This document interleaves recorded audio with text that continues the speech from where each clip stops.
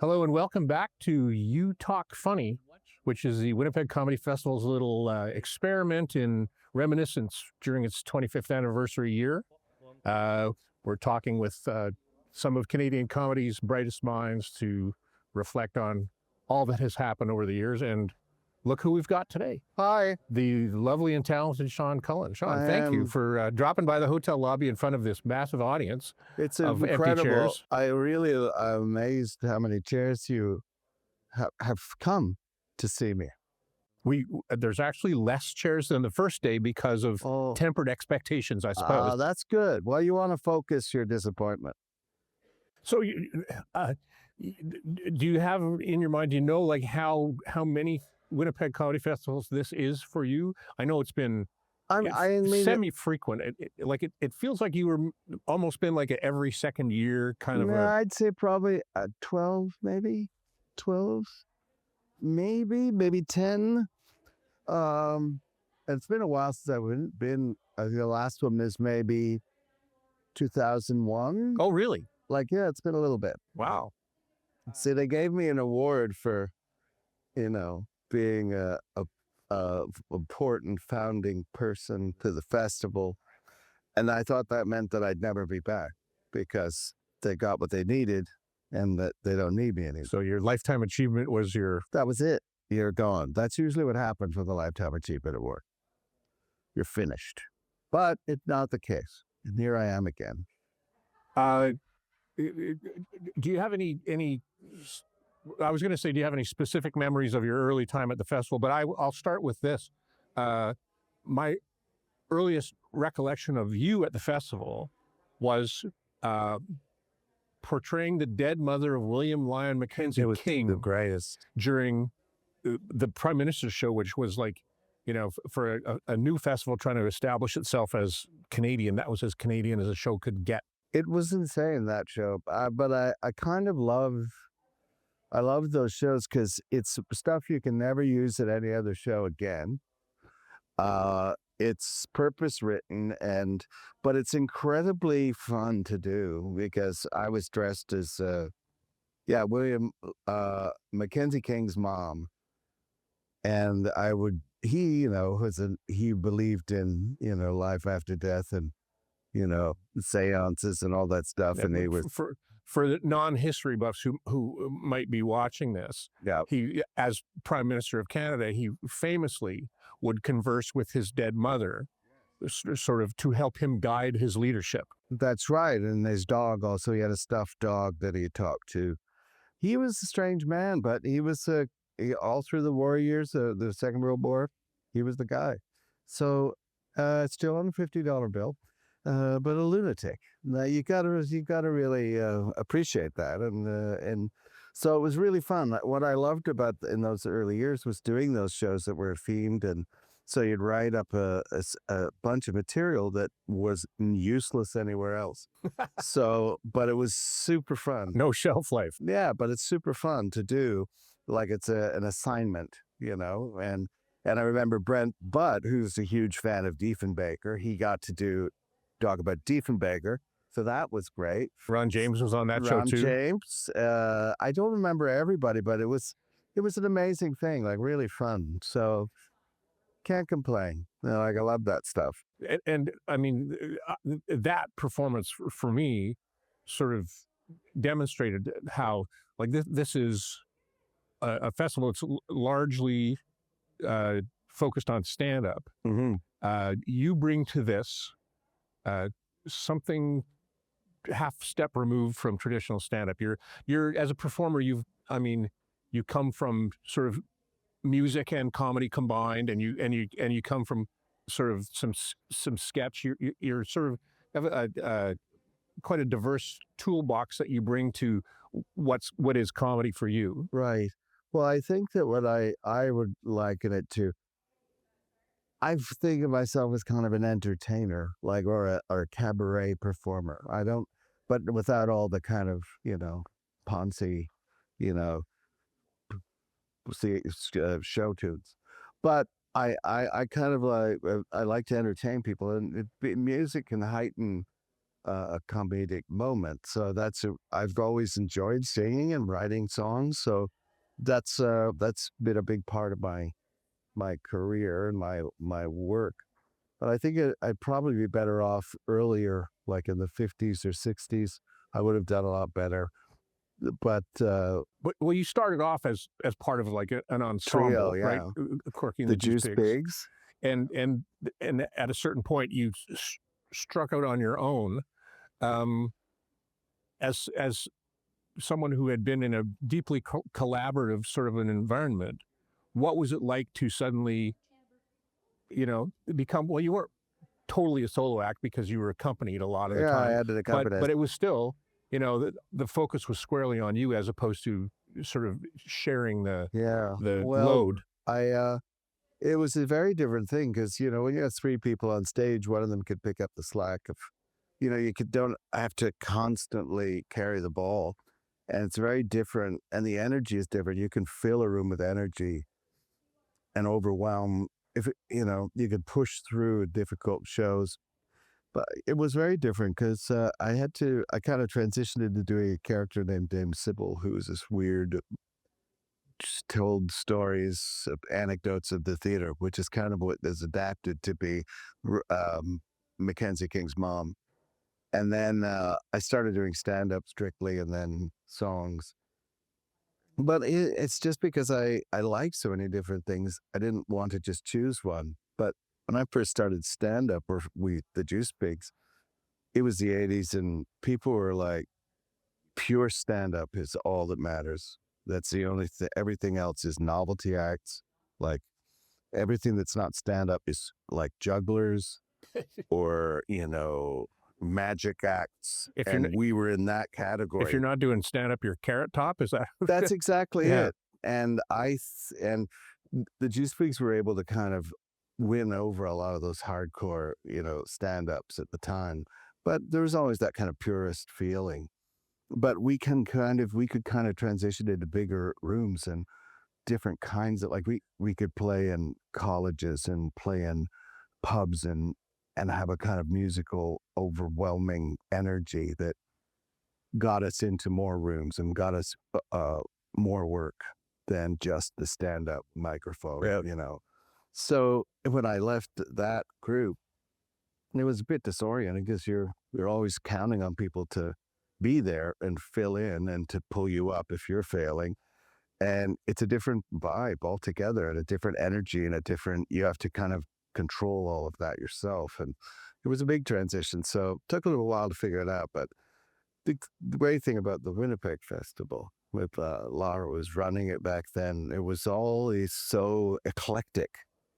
Like there was this real mix of people and points of view, and it was very alternative in a way, but not exclusive to people. Like it wasn't alienating people. It was like, we want to show you other things Yeah.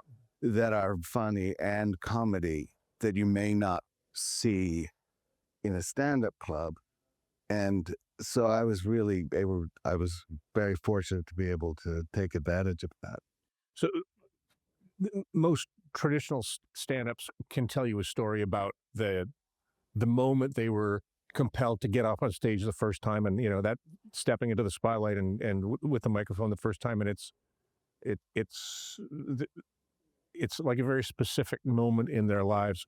It has always felt to me like uh, you came into performing just because it was always there.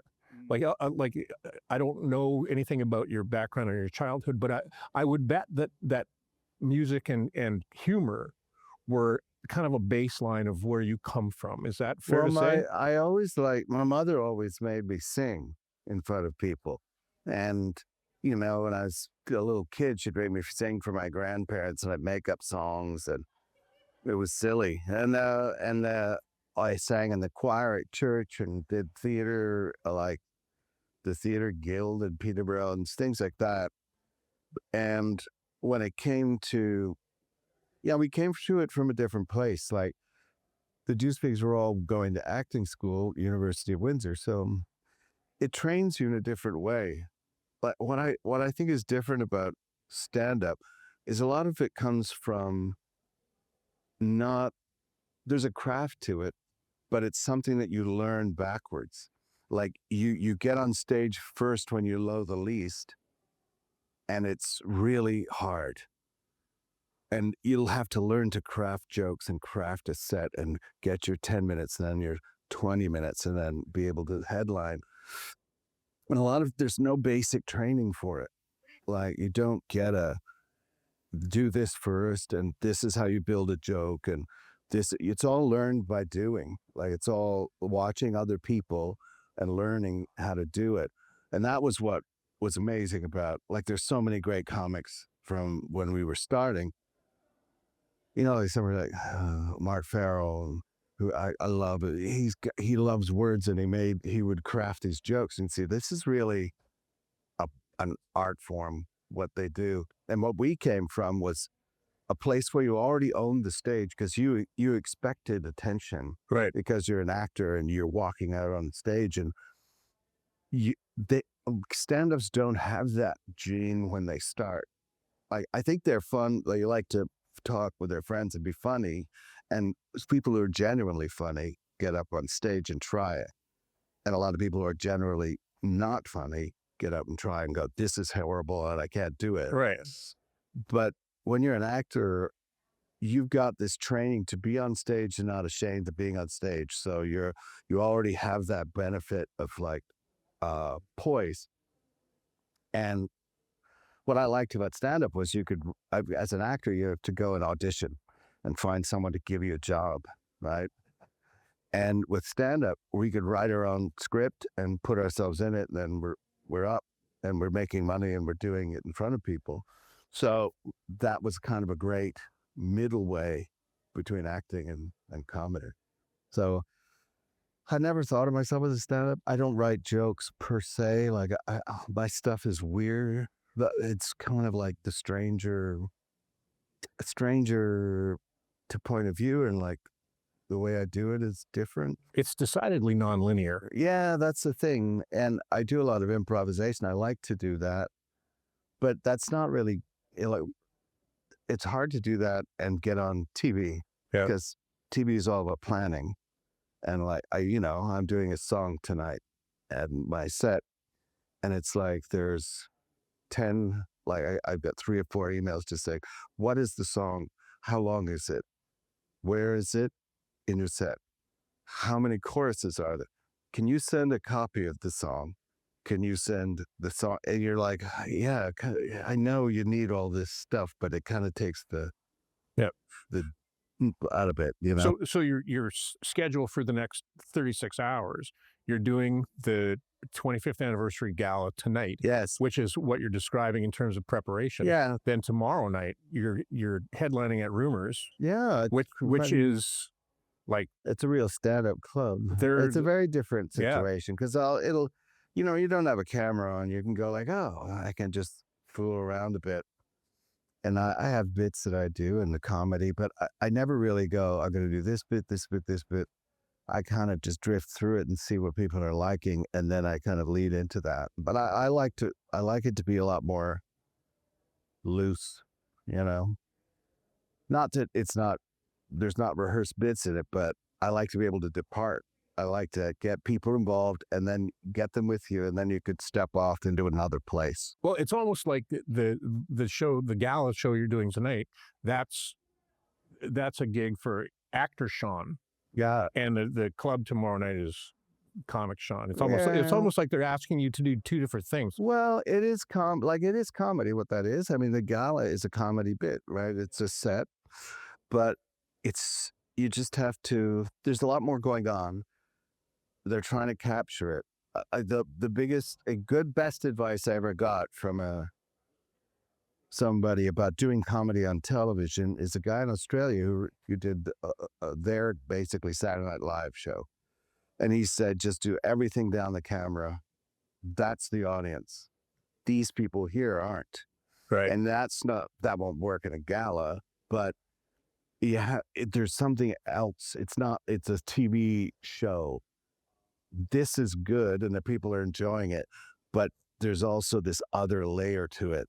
So there's all this other technical stuff, and I love playing big venues like it's I don't know, it's 1,000 seats. I don't know, but those that pull of like that lift you get from the audience at a big venue is amazing.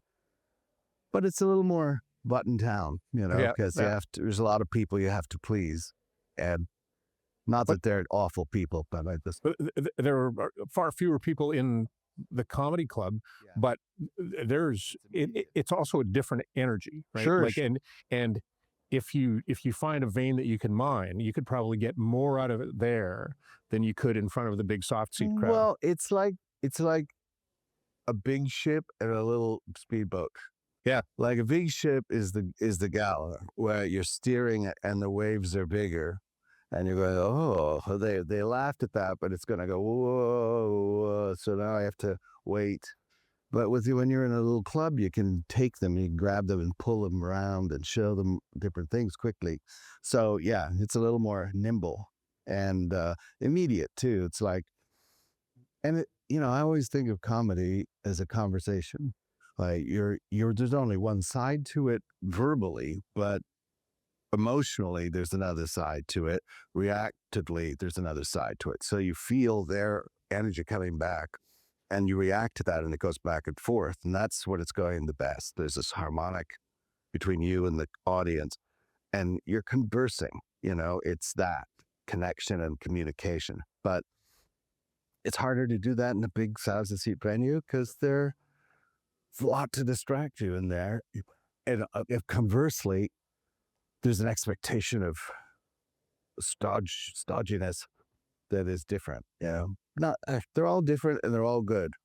So But when you're preparing material and you're going to try it out, you have music as sort of an added tool in your toolbox.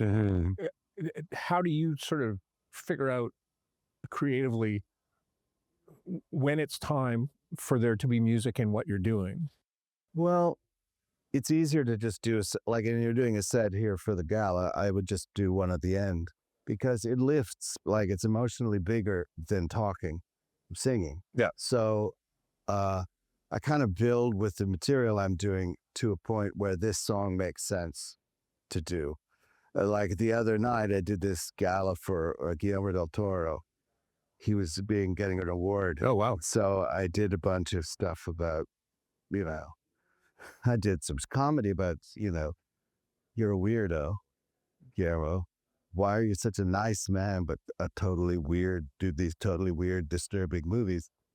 But then I did my new song that I thought was perfect for it was House of Knives. I have this new song that's, surrender all of your hopes and dreams. Husbands, say goodbye to your wives. Forget everything you thought you knew and enter my house of knives. And it's just a song about a house of knives and how difficult it is to maintain and how you can't resell it. There's nothing really good about owning a house of knives. And I've sunk all my money in the house of knives. It's dumb. And it just, this is your next movie, Guillermo. So it was apropos to that moment. And this one tonight is, well, I think the people of the world, there's this whole, I just feel so depressed about the state of everything.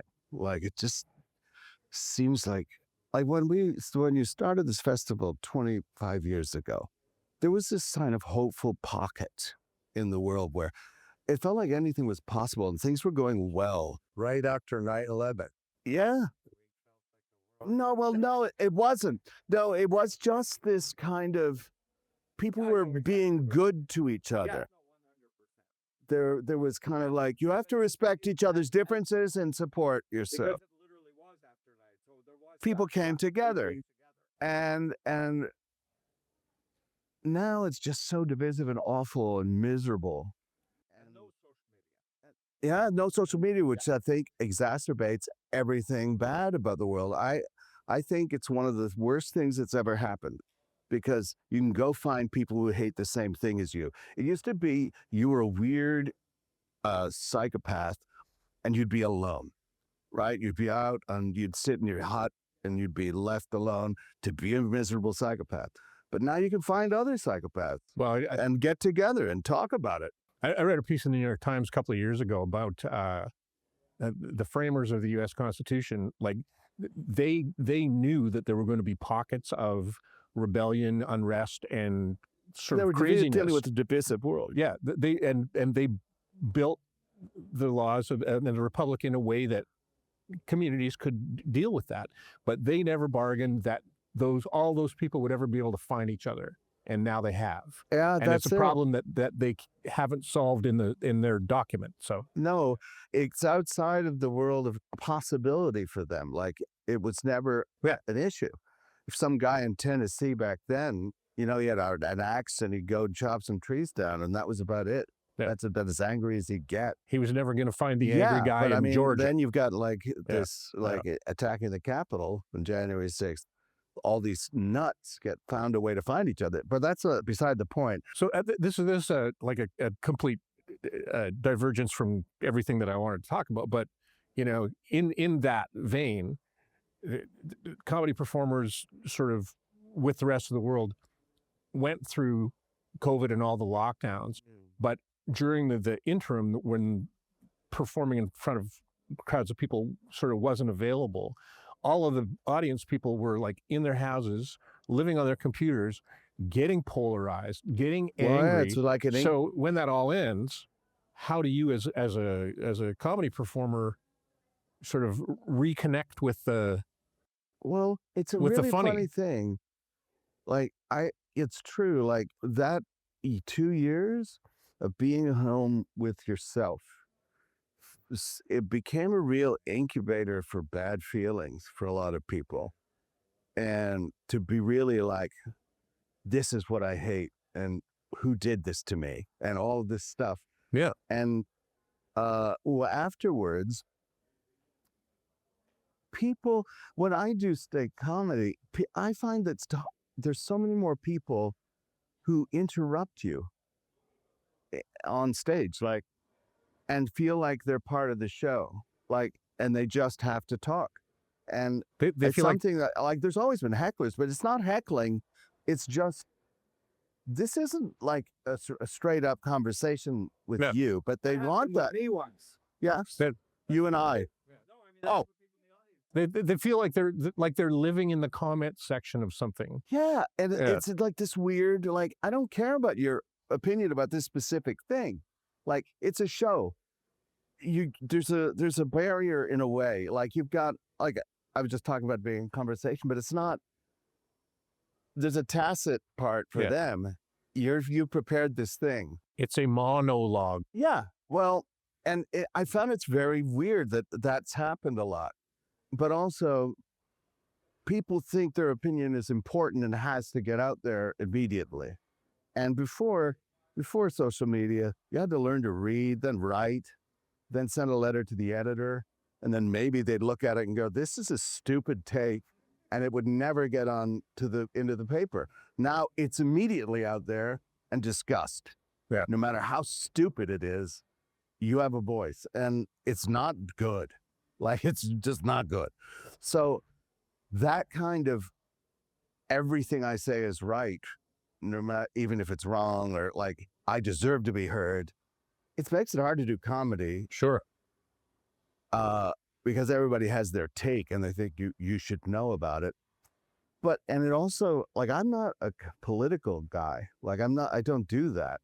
But it's made me kind of lean into broader kind of, like the song I'm doing tonight is called The Less I Know, which is a gospel song. The less I know, the better I feel. The less I know, the better I feel. It's just about, if a child is crying, keep him to the side. It's the opposite of what good soulfulness should be. So it's not a comment per se on something specific, but it's just a feeling the world is going through that is awful right now. And I hope there's some kind of pushback coming. I don't know. I have no faith in anything because billionaires own everything. So I don't know if that will happen. But I kind of take hope from Artemis going around the moon in the middle of the stupidest war that you could imagine. Yeah. At least somebody's doing something that isn't killing somebody outright right now for the most selfish, stupid reason you could think of. But it makes it hard to do comedy because the world is so stupid that it's funnier than anything you could say. Like, Yeah. it's taking it out of your hands. Donald Trump every day does something dumber than I could ever think about. Well, and like you have built absurdity Yeah. into a lot of what you do comedically, and especially the musical. Like a lot of the songs have been like very, very absurd over the years. So it's like you're almost being challenged by reality because of the absurdity of that. Well, absurdity has come to the mainstream. Like it's crossed over into reality.